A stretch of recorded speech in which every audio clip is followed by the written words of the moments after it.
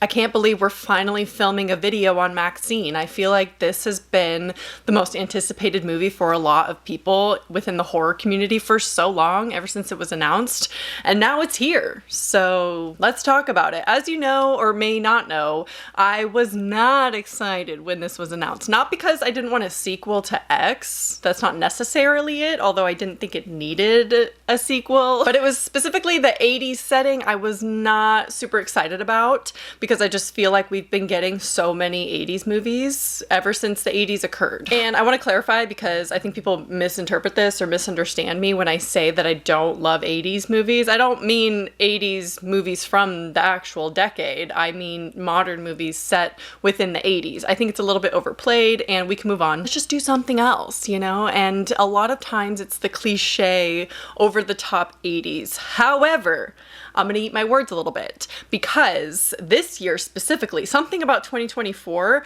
we've had 3 movies, like major releases, that have taken place within the 80s, and I've liked all 3.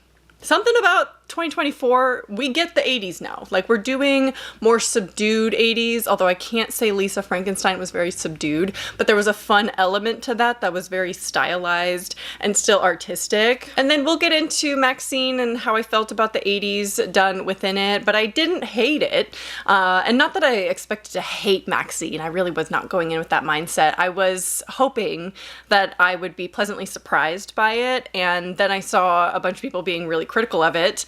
And I was like, oh, is it actually not good? Or in 1980s Hollywood, adult film star and aspiring actress Maxine Minx finally gets her big break. However, as a mysterious killer stalks the starlets of Los Angeles, a trail of blood threatens to reveal her sinister past. So the reason why it's really interesting to me that the reception for this has been so mixed is because if you look at Rotten Tomatoes, critics and audiences agree on this movie. With X and Pearl, there was definitely more of a difference in the rating between the two. And audiences in general seem to prefer Pearl, and critics seem to prefer X, and then they're kind of agreeing on Maxine. And I agree personally with audiences. I think Pearl is hands down the strongest of the trilogy, although I think it's no longer going to be a trilogy, because I think he's working on a 4th movie in this. I'm going to call it a franchise now, because that's what it's turning into, and I don't really love that.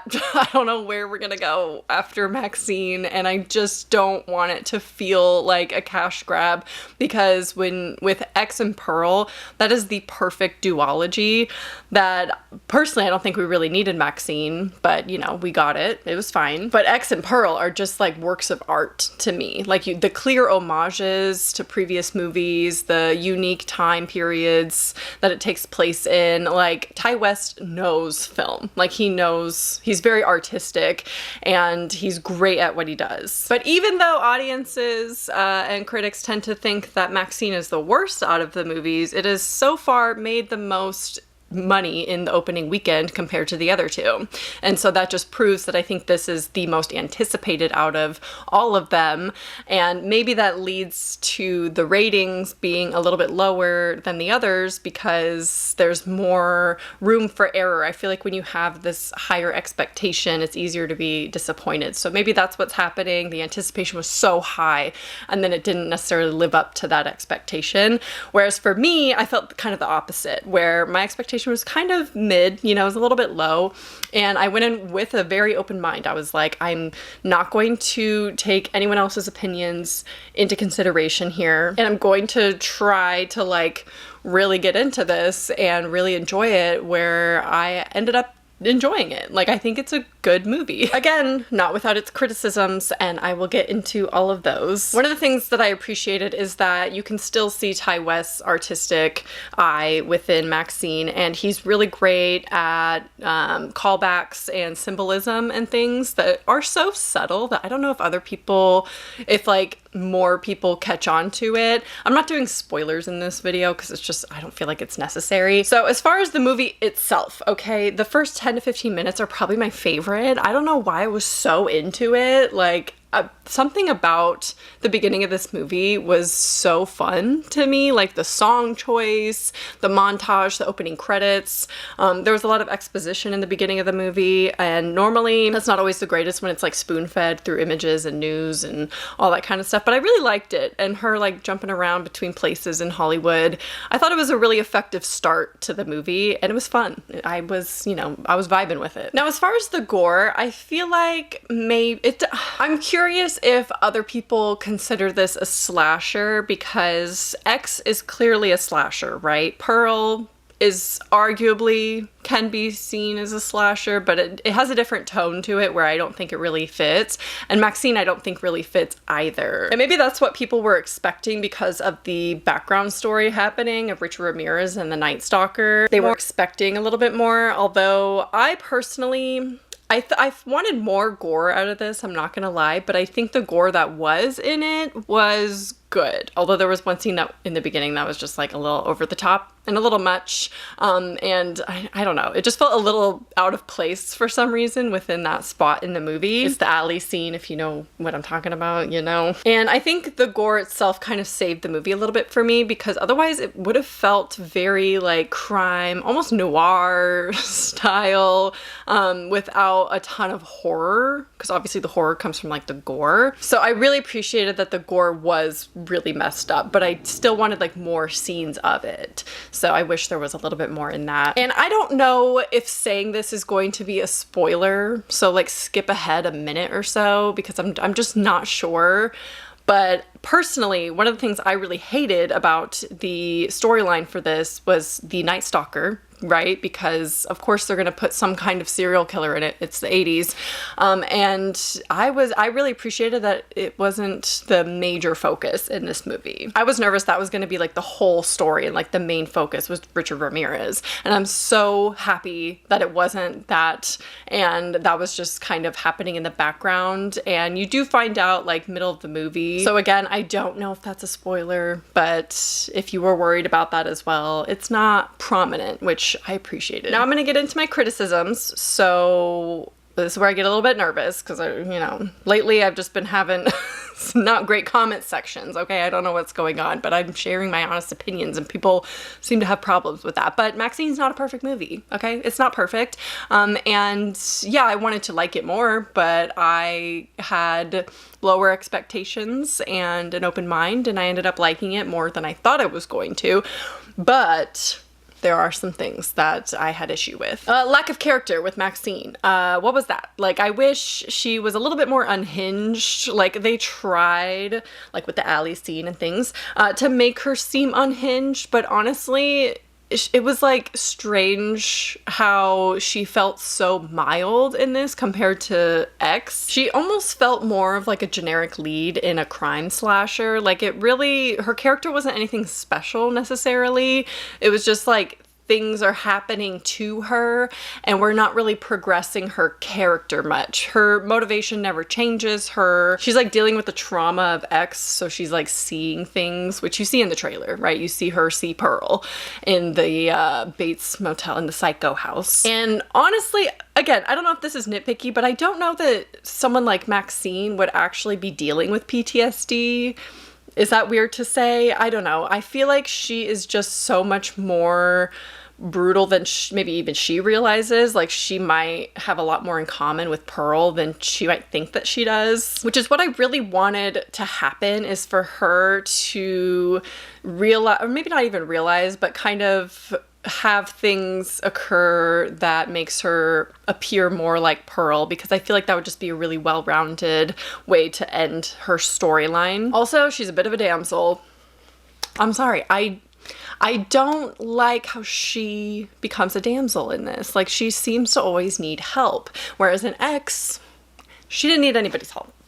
Right? So again, it feels like her character is different from an X. And you could, justify that all day long. Things changed between the years, between the, time periods. She's dealing with PTSD, whatnot. Like, of course, there's going to be justifications for why her character has changed. She's older, she's gone through some things, but I wanted it to still feel like Maxine and like her doing things that she would do.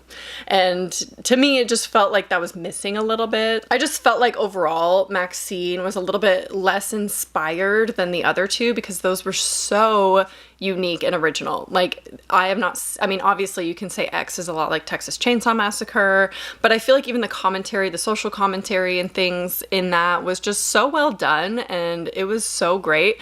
And then again, a perfect duology between X and Pearl. I think those two are fantastic because you can watch them in either order. It doesn't really matter. Whereas Maxine feels kind of just like a standard, straightforward sequel. And that's not really what I wanted in the trilogy. There was a time jump between Pearl and X, of course. I wanted something like another time jump between X and Maxine. And of course, there's like a 10-year, it's not even 10 years, it's like a 7-year time jump or something. So that wasn't enough, you know? So I was wanting something else where you could also maybe watch it out of order and still get something from it and like follow the story and whatnot. But you have to see X before you see Maxine. Whereas Pearl, you can watch it at any time in the franchise, and it just like is a great standalone movie. And I think that's why the first two work so well together, is because they're so different from one another, and the time periods. I'm just obsessed with Pearl and like it taking place in 1918 with the World War I backdrop and the pandemic backdrop. It was just so topical at the time. It just was such a good time for him to make that movie. And I know Mia Goth had a huge part in that film as well, not just playing Pearl, but also in like co-writing the movie and whatnot, because she also was really interested in the background of Pearl. And I felt like that kind of passion and that, I don't know, that excitement was not there in Maxine, because it just felt like a sequel.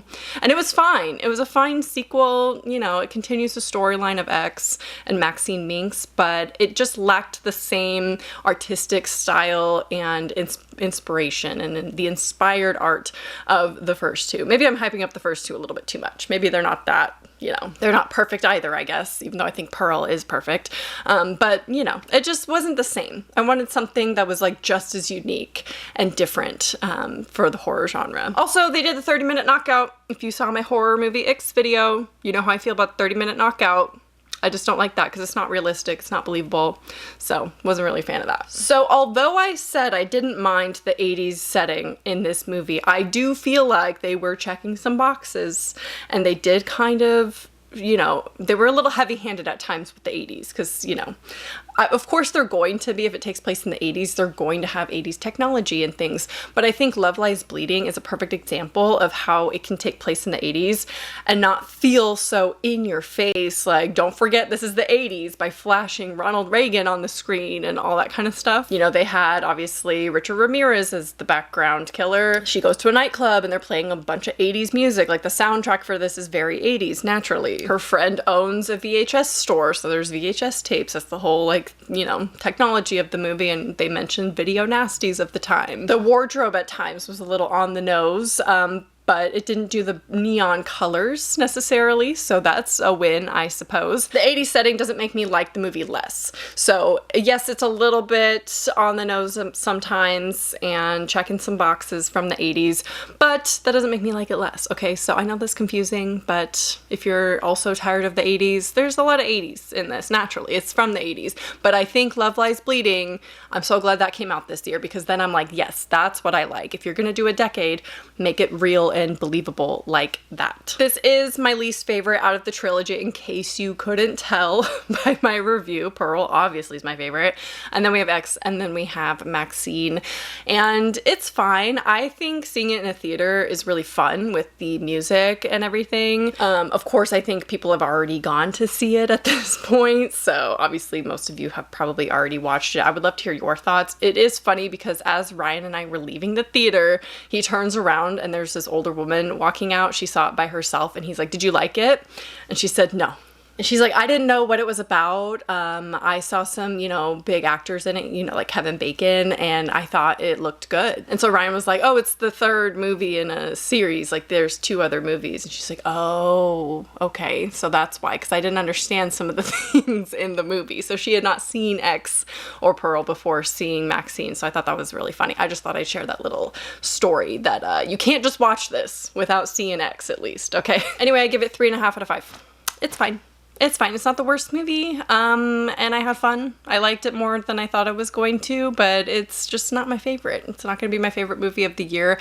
I think some people expected it to be their favorite, and I'm just seeing a lot of criticism for it, so I'm really interested in your opinion and what you thought about it, and how was your expectation going into it. So leave a comment down below. I hope you enjoyed, and I'll talk to you soon. Bye.